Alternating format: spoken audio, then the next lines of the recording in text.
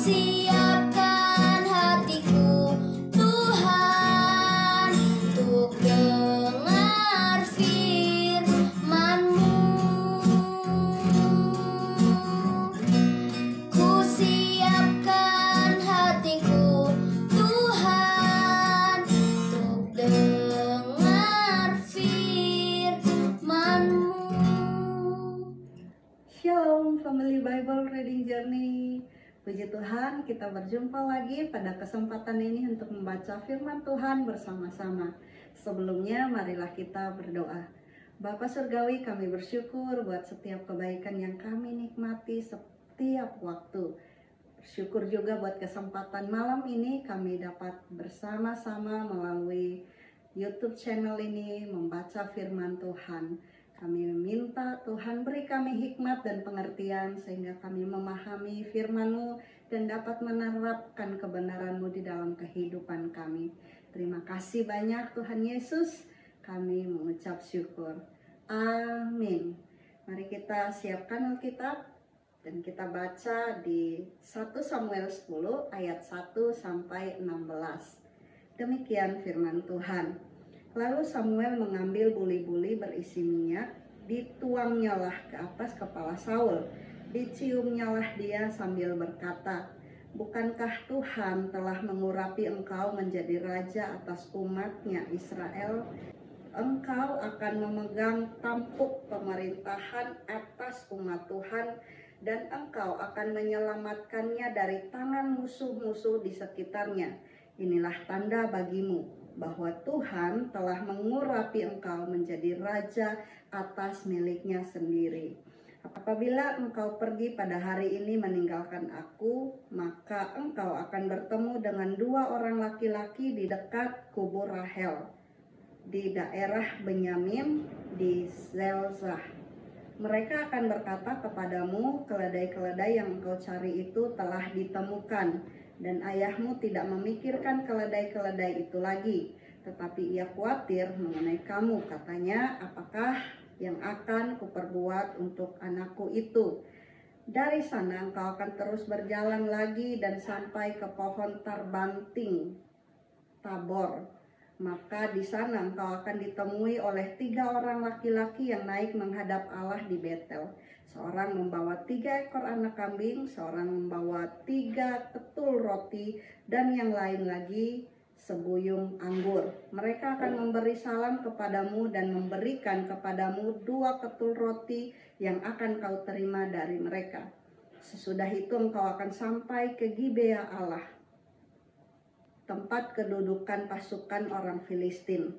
Dan apabila engkau masuk kota, engkau akan berjumpa di sana dengan serombongan nabi yang turun dari bukit pengorbanan dengan gambus, rebana, suling, dan kecapi di depan mereka.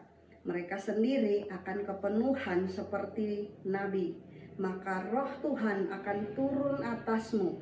Engkau akan kepenuhan bersama-sama dengan mereka dan berubah menjadi manusia lain. Apabila tanda-tanda ini terjadi kepadamu, lakukanlah apa saja yang didapat oleh tanganmu, sebab Allah menyertai engkau. Engkau harus pergi ke Gilgal mendahului aku, dan camkanlah aku akan datang kepadamu untuk mempersembahkan korban bakaran dan korban keselamatan. Engkau harus menunggu 7 hari lamanya sampai aku datang kepadamu dan memberitahukan kepadamu apa yang harus kau lakukan." Sedang ia berpaling untuk pergi meninggalkan Samuel, maka Allah mengubah hatinya menjadi lain, dan segala tanda-tanda yang tersebut itu terjadi pada hari itu juga. Ketika mereka sampai di Gibea dari sana, maka bertemulah ia dengan serombongan nabi.